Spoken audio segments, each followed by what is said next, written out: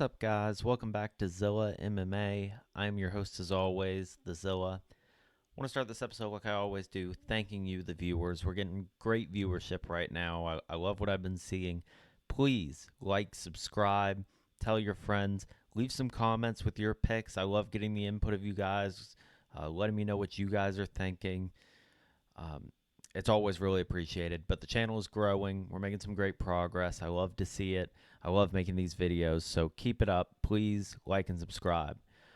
We are coming into the end of the year. This is the last card of 2023. Won't have another one until mid-January. We're going to have a few weeks off. So I have some ideas for some content I'm going to put out in that time. We're going to have a few different things. I won't get too into it right now, but maybe like an award show type thing, or what we're for 2023 and what we're looking forward to in 2024. Some stuff with the rankings. So working on a few things there, but right now we've still got quite the card ahead of us. UFC 296, Edwards versus Covington. Top to bottom, I could say potentially the best card of the year. I know that sounds like a crazy thing to say. There have certainly been bigger fights, better fights, but just top to bottom, we're looking at this first fight right here with Randy Brown and Muslim Salikhov. That could be a main card fight on a lot of cards this year. And so, not going to take this for granted. It's a great card, a lot of fights to get to. We're going to reach a point of this card where I'm going to have to give a disclaimer about not letting your emotions dictate how you make these picks. We'll get there when we get there. We'll start from the top here, and that is with Randy Brown versus Muslim Salikhov. Randy Brown coming in here a favorite at minus 260, and I think I like Brown a good bit in this spot. Physically, he has all the advantages. He's taller, he's younger, he's much longer. If he fights effectively, he should be able to establish the range, keep Salikhov out of the striking range for most of the fight. I do think he also has the edge in the takedown department if he decides to use it, but I think the biggest danger he's going to face is the leg kicks coming back from Salikhov. We've historically seen that kind of be a problem for Randy Brown. This is a guy who has that in his arsenal, so could be a problem, but I feel pretty good about Randy Brown here, and I think he should pull out the win. I'm going to take Randy Brown by decision. We'll go ahead and move into our next fight. Pretty good fight here, actually. Two guys coming in off the Contender Series. I'm actually not sure if Buday came off the Contender Series or not. Gaziev is coming off just recently off of the Contender Series. Both pretty impressive on paper. If you're just looking at their records, Buday the favorite here at minus 140 with the UFC experience. He's coming in here 4-0 in the UFC, but I just don't think anyone he's fought has really been UFC caliber up to this point. He's had some really close fights. He does have solid striking, I guess, but just not a huge finisher, and he definitely allows himself to eat a lot of shots as well. So that's something that's gonna bother me here. Gaziev on the other side, making his UFC debut, and he did get the finish on his Contender Series fight, but I really don't feel like watching his opponent. He really had all that much business being there. Gaziev certainly a lot of power here, certainly a knockout threat, but his style just seems very sloppy. I saw a lot of holes in his game just in that short time in the Contender Series fight. I could easily see him meeting a shot of his own or getting taken down by the correct opponent.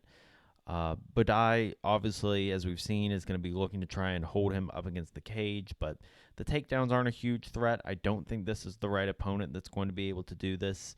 So two fighters both have a good bit of holes in their game. I'm not super confident in either guy. And so in that case, I'm going to side with the guy who I think has the power to finish this fight at any time, and that's going to be Gaziev's. I'm going to take him by TKO, and we'll move on into our next fight. We got a guy I've backed for a long time in Andre Touchy Fili fighting Lucas Almeida. Fili coming in here at minus 170. Yeah, been a big backer of Fili for a long time, and he's had his struggles as of late, but I really do believe he's the right choice in this spot.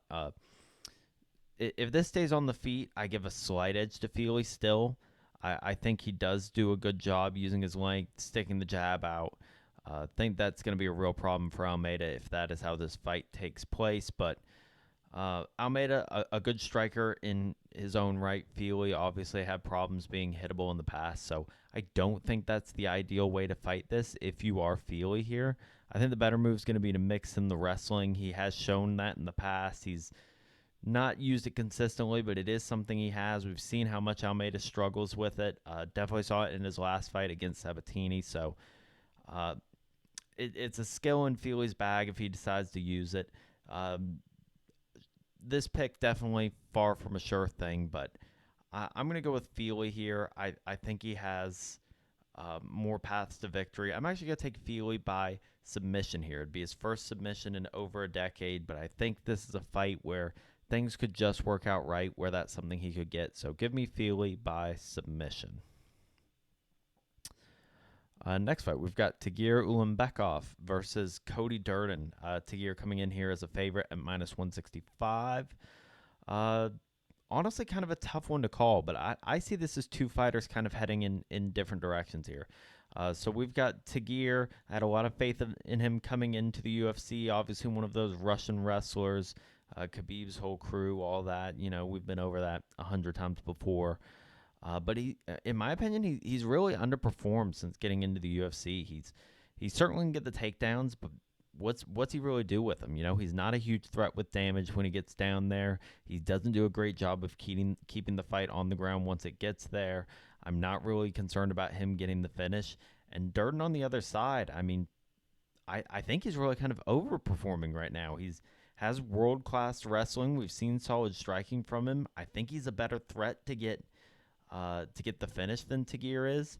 And on top of that, I really like his takedown defense more than I like Tagir's. I think if Durden wants to keep this on the feet, I think he has the ability to do so. Pretty close fight. I don't necessarily love this either way, but I feel like I've seen more from Durden lately. So I'm getting him as a dog. I'm going to take him here, and I'm going to take him by decision. Moving into our next fight, we have Alonzo Menifield versus Dustin Jacoby. Jacoby, the minus 275 favorite in this fight. Not crazy about these odds. Menifield's definitely developed into a pretty talented fighter. He's much better than he used to be. Has had some solid wins as of late. Looked really impressive in the fights against Jimmy Crute. To some degree, I guess you'd credit that to the downfall of Crute a bit, but I'm not going to take anything away from Menifield. Built like an absolute tank. But just him having that build, you're always going to have that little bit in the back of your mind. Is this guy going to gas? Does he have it to go the full 3 rounds? I'm still not 100% sold that he does. And also, I'm just really high on Jacoby right now. I mean, the win against Kennedy and Njoku, just a guy that I was super high on. I thought he was trending in the right direction. He was one of the most improved fighters in the UFC, in my opinion, and comes out, handles business, gets the finish. The loss he had against Roundtree, which arguably shouldn't have been a loss, it's aging really well at this point. So I just think I can trust Jacoby a bit more in this spot. So he's going to be my pick here. I'm going to take him by KO. Let's be honest here. There's a lot of fights on this card. There's a lot to get to. The 2 women's fights, I'm not one who always runs away from giving deep analysis on these women fights. If it's appropriate, if I think it's a spot where we can make some money, it's something that I do. I just don't see it with these 2 fights. I'm not super interested in the 2 women fights. I don't think there's a ton of money to be made on them. We'll talk about it very briefly. Casey O'Neill, favorite at minus 195. I think she has the ability to mix in the takedowns against Lipski. Should be able to dictate where this fight takes place. So O'Neill would be my pick here, I guess, at minus 195. But I've just been burned by women's MMA so badly recently. It's not something I'm all that interested in. I'll take O'Neill by decision in this spot, but it is what it is. We know what women's MMA is. We know how it goes. So not going to be getting a large portion of my money if it gets any of it. But we'll go ahead and move on. Cody Garbrandt versus Brian Kelleher. Great fight here. Cody, the favorite at minus 200. And I really have kind of liked what I've seen from Cody as of late. I mean, just that fight against Trevin Jones, I see a guy who's clearly not the fighter he once was, but he understands that. He understands he has some durability questions. That chin is going to be questionable. We have concerns about him coming into these fights, but it seems like he's game planning for that. It seems like he's protecting himself. He's using that wrestling to defend himself, using it very effectively. It's something I've really liked to see, and I've certainly been burned like everybody else by Cody Garbrandt before. And I've been burned by Kelleher on the other side, betting against Kelleher and him coming out and getting a win I didn't expect him to get. So that makes this a little more challenging for me than it could be, but I just still don't really see a great reason to pick against Garbrandt here. I think there's some people out there who just don't like Garbrandt and are looking for a reason to go the other way. I don't see it here. The caliber of the guys Cody struggled against, just much higher than Kelleher. I don't see a world where he's going to be able to out-wrestle Cody, and I don't see Cody giving him a chance to test the chin. So I'm going to take Garbrandt here, and I'm going to take him by decision. And here's that other women's MMA fight. Again, it is what it is. Aldana the favorite at minus 195, and just not a ton to say about it. I still think Aldana's a solid fighter. Carol Rosa isn't the quality that Amanda Nunes is. So, yeah, I mean, if I have to pick this, I'm going to take Aldana. I think she's the slightly better fighter here, but not one where you're going to be seeing me throw a lot of my money. But for the sake of the show, Aldana by decision. And so we've reached the point in this where if you've been following MMA for a long time, I'd be even the past 5 years, I'd find it very difficult to believe that from here on out there aren't fighters where you are going to have an emotional connection and you are going to want to side one way or the other. And based on what you're going to see my picks are, I think you're going to assume that I have let my emotions come into play here. I've done my best to give real analysis and give you real reasoning. But it's just a part of the game. And there are guys that you are going to be emotionally connected with, whether it's guys you've bet on, whether it's guys who you've seen rise through the ranks from the beginning of their careers, whether it's guys that have had these fantastic finishes that you remember that are, core memories for you as an MMA fan. It gets ingrained in you. It becomes part of you. It becomes part of you as an MMA fan. And so it's nothing to be ashamed of, but it's something to be aware of. And so I'm going to try and keep that in check the best I can from here on out. And I'm going to let you know this is the first spot where I kind of feel that. I've been a backer of Josh Emmett for a long time. I love Josh Emmett. The only benefit here is I really like Bryce Mitchell as well. I think Bryce Mitchell's a great fighter. But it's been really tough, these last two fights, seeing Josh Emmett take the losses, because I know this is probably his last run. We're not going to get to see much more of him at 38 years old. This could potentially retire him. I'm not going to lie and say that's not a possibility. It certainly is. But like I said, I love Bryce Mitchell too. He's an absolute character, fun to watch. I love his jiu-jitsu game. I know a lot of people aren't crazy about that style of fighting, but it's something I really enjoy from a technical standpoint. Just getting to sit back and watch him go to work, I think, is awesome. All this being said, I just don't understand. I could see myself getting behind Bryce Mitchell, but I don't understand why he's this big of a favorite here. On the feet, you have to think that Josh Emmett is the better fighter. He's super explosive, still has a ton of power, still brings a ton of volume. I think he could definitely hurt Bryce Mitchell here. If it gets to the ground, obviously different story. I don't think he can even begin to compete on the mat with Mitchell. I think that's pretty obvious, but I think Emmett still has pretty solid wrestling. He has pretty solid wrestling defense, and I think he could fend off some of these takedown. So I see this as a really, really close fight. I definitely think it's closer than the line reflects. I'm trying not to let any bias come into here, but with Mitchell coming in on short notice and the advantages that I see for Josh Emmett here, I think I'm going to have to side with him to get this fight, especially as an underdog. So I'm going to take Josh Emmett in this spot by TKO. This fight, just about an hour ago before I started recording, I saw this got canceled. And it's quite the shame because I was fully prepared to go on my full, give you a half-hour Ian Garry rant. I very, very, very, very, very much dislike Ian Garry. This is one where emotions would have come into play, not only because I like Vicente Luque, but I hate Ian Garry. I hate Ian Garry. And this comes before all this controversy that's come out in the past few weeks with him and everyone going at him, Sean Strickland in particular, about the situation with his wife and his personal life and all that with taking the ex-husband's last name and that whole game. And, disgusts me in its own right, to be honest. I don't like it.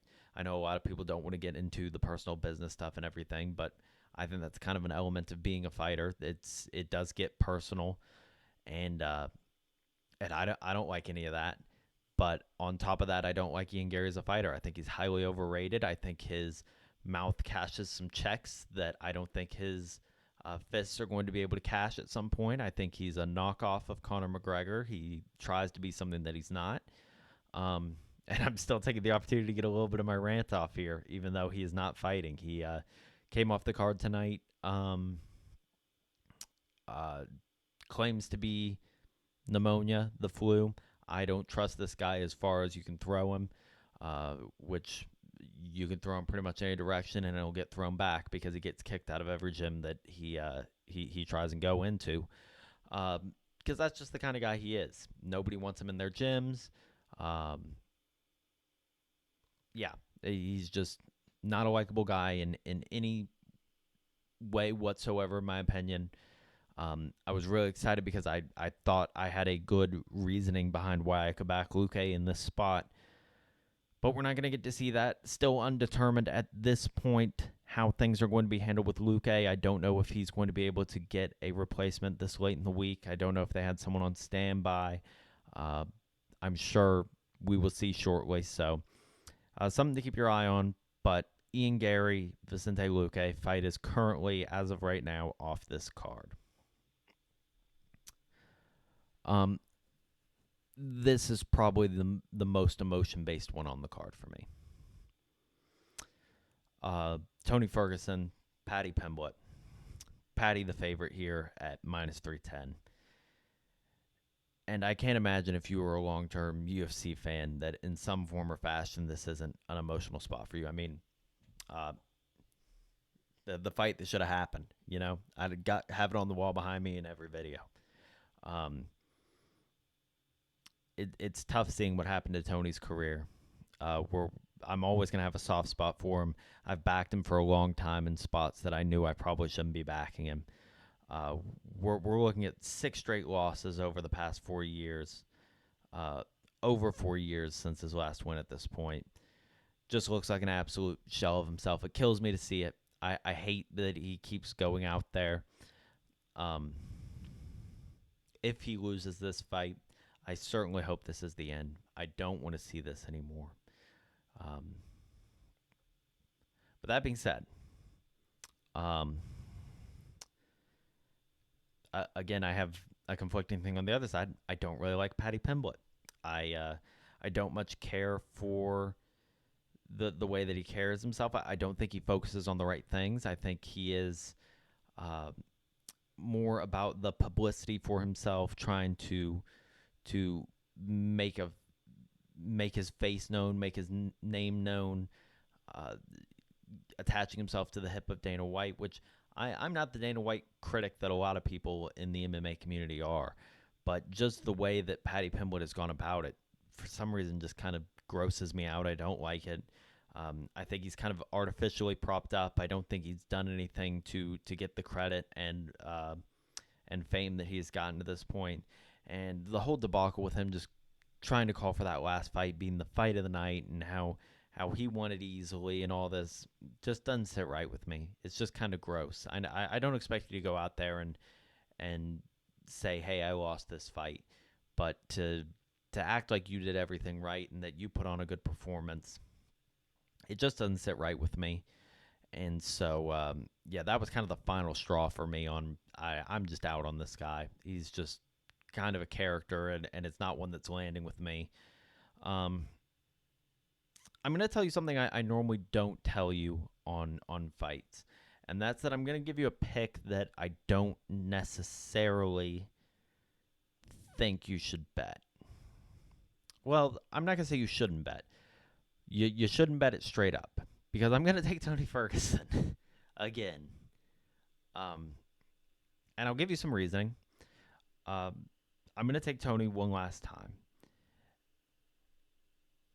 All 6 of the losses that Tony's taken on this streak are fighters that Paddy Pimblett would also lose to. 100% in my opinion. I don't think he beats a single one of those guys. And I don't think Paddy's ever fought a guy with this kind of creativity in the striking game. I don't think he's seen anyone unorthodox like Tony. I think this is going to be unlike anything he's ever faced in his career. And he's been very hittable against much, much lower level strikers. Even Tony at this point. The fighters that Paddy's fought are lower level strikers than he is at this point. He's still getting off the volume. He still knows how to land the big shots.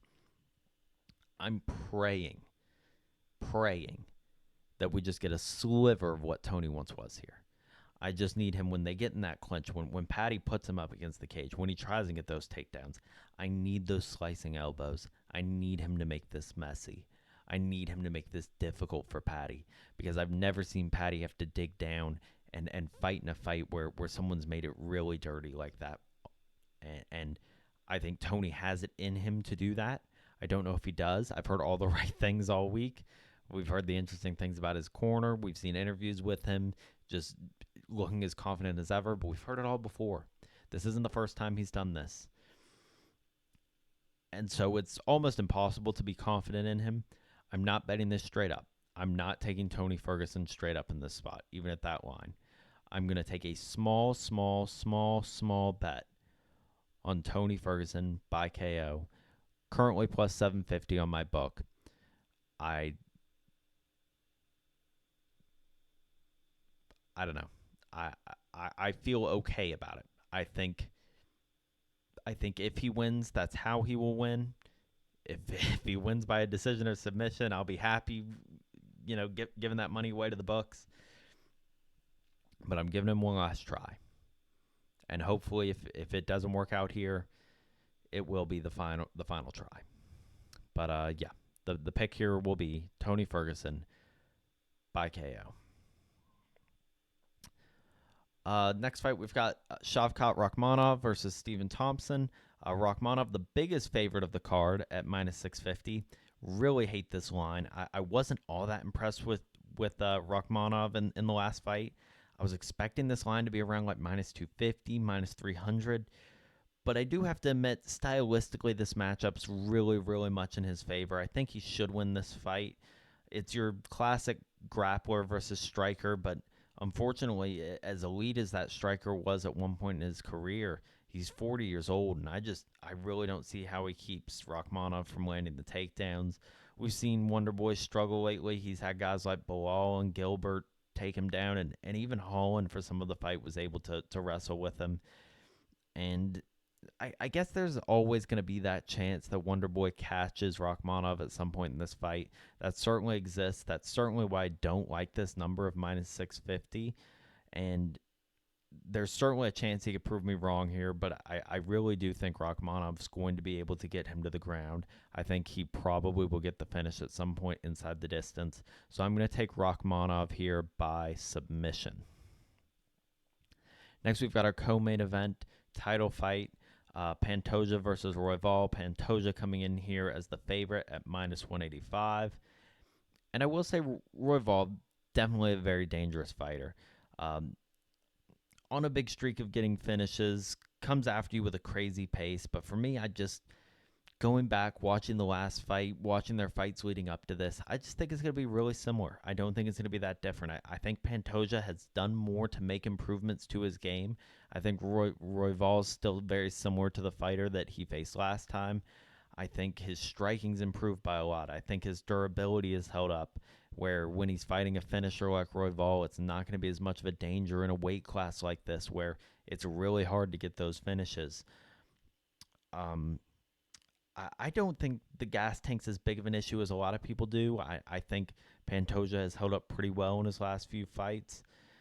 And I think he still has that great ability to get on the back and get the finish. So I see him getting on the neck of Royval. I'm going to take him in this spot, and I'm going to take him by decision. So that's a Pantoja by decision in this fight. And then we get to our main event. And this is a really tough one to predict for me. Leon Edwards versus Colby Covington. Leon coming in here as a minus 170 favorite. You can't take anything away from Leon and what he's done to get here. I mean, everyone's doubted him all the way up to the point where he won the belt, and continued to doubt him after he won the belt, and doubted him in the rematch against Usman. And they're going to continue to doubt him here. You've now seen Kamaru Usman lose 3 straight fights. And so I think a lot of people discredit to some degree what Leon has done because they don't remember just how dominant Usman was through that period. But Leon taking him down, I mean, it's just it's one of the more impressive feats in recent memory in the UFC. I think Leon's a very talented striker. I think he's the rightful favorite in this spot. But you definitely have to look at Colby on the other side. He's been stuck in this awkward spot for what seems like forever now, where everyone's just called him the number 2 of the division. And people keep throwing around that thing saying, if Usman didn't exist, Colby Covington would have been the longtime champ. And now Usman's gone. Usman's moved on. He's doing other things. He's not sitting here trying to get this title back. And so he has his chance. But it's been a while. It's been almost nearly a 2-year layoff. Colby's 35 years old. About 2 years ago, I probably take Colby here and feel pretty good about it. But now there's question marks. There's no way that you can't take that into account when you're thinking about this fight. Is Colby going to be the same fighter that he used to be when he comes in here? Is he going to still have that pace? Is he going to be able to still stay in the face of Leon and just be relentless and put that pressure on him? And there's no way for you to know for sure. But when making this decision, mostly I've gone back and watched these guys' fights with Usman because I think they're very telling about. I think Usman has elements of Leon and Covington where it's interesting to see how each guy handles that. And the thing that I keep coming back to is Leon's first matchup with Usman. And I think a lot of people forget leading up to that head kick. You know, there's the big motivational speech after the 4th round in the corner. Don't let him bully you, Leon. You know, it's a great motivational thing to see Leon go out there. But if you look at Leon, he's just dead behind the eyes. I mean, he doesn't look like he wants to be there. He's checked out. He's defeated. And he lands that head kick, and I'm never going to call it lucky because you have to have quite a bit of skill to be able to throw that head kick and take advantage of that opportunity. But he's very much losing that fight. And he's very much out of it mentally, it appears, at that point. And he's just going through the motions from how it looks. And it's because of the ability of Usman to put that relentless pressure on Leon. And I think that's something Colby can do. And I think Colby's going to stay in his face. And I think Colby's going to throw. He's going to land his strikes. He's going to stay on you with that chain wrestling. He's going to work it to the ground. He's not going to give Leon time to breathe. He's not going to give him time to fight the fight that he wants to fight. Could he catch Colby? Sure. And as I've said, he's the rightful favorite in this spot. But based on what I know, based on what I've seen, I think this is a really good spot for Colby Covington. And I think it's a great storyline if Colby ends up with the title and Trump's there and Sean Strickland has a belt on him and we have Duplessis about to fight for a belt. It's just chaos. These guys who you never thought were ever going to hold the belt are all wearing these belts now. I mean, just it's a crazy time in the UFC. You know, we're seeing a lot of the kings begin to fall, and these new champions stepping up. Seeing John Jones as the heavyweight champ. I mean, just so many things that are so cool to see in the UFC. Just seeing the rise and fall of fighters and seeing these guys who have been the underdogs for so long be able to get their opportunities and take advantage the way that a guy like Sean Strickland was, a guy who no one ever would have thought would hold the belt. And now a guy like Colby Covington getting that same opportunity, the guy who's been locked out by Kamaru Usman for so long, might finally get the chance to put the belt on. I think it's really cool. I understand the reason that people have some issues with the character he portrays. I'm going to set all that aside. I enjoy the character personally, but I'm not letting any of that get into my judgment here, because I actually, unlike a lot of people, I also tend to like Leon Edwards. The underdog story is a really cool one to me. But just stylistically, if he is truly still himself, I'm going to side with Colby Covington in this spot. And that's going to be it for the fights on this card. We'll go ahead and jump into the bets for this card. I know this video's pretty long, and that's with the very brief talk on the women's fights. I knew there just wasn't going to be space for all of it in here, so glad I got through that pretty quickly. But we'll get into the bets. We've got two parlays here. I'm going to take Brown and Fili as one parlay, and Rakhmonov and Pantoja as another parlay. Straight bets, we're going to go with Durden, Emmett, and Covington. Prop bet, just this one. We talked about it earlier. Small bet. Tony Ferguson by KO at plus 750. And then it seems like we've gone 2-1. It seems like pretty much every week we go 2-1 on our prize picks, which, you know, I guess you're making the money slowly. But let's go 3-0 this week. Let's get all three.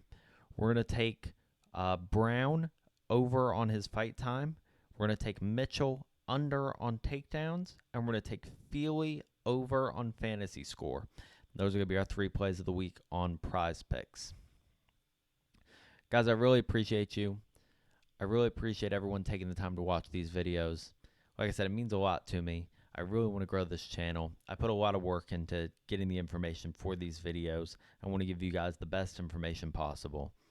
So liking, subscribing, it just does, it means a lot to me personally that you guys would do that for me. And like I said, leave your comments. I understand I've got some picks on here that are a little outside the box, so I'd love to hear y'all's feedback and who you guys are siding with this weekend. Maybe you can sway me over to Paddy Pimblett. I hope not, but maybe you can. But really appreciate it, guys. We'll have the recap video of this out shortly after the card. And then we'll be going into the break where I said I'm going to try and get some content together for you guys. But we'll work on that at a later point. We've got a big card. That's what we need to focus on this week. So until next time, guys, see ya.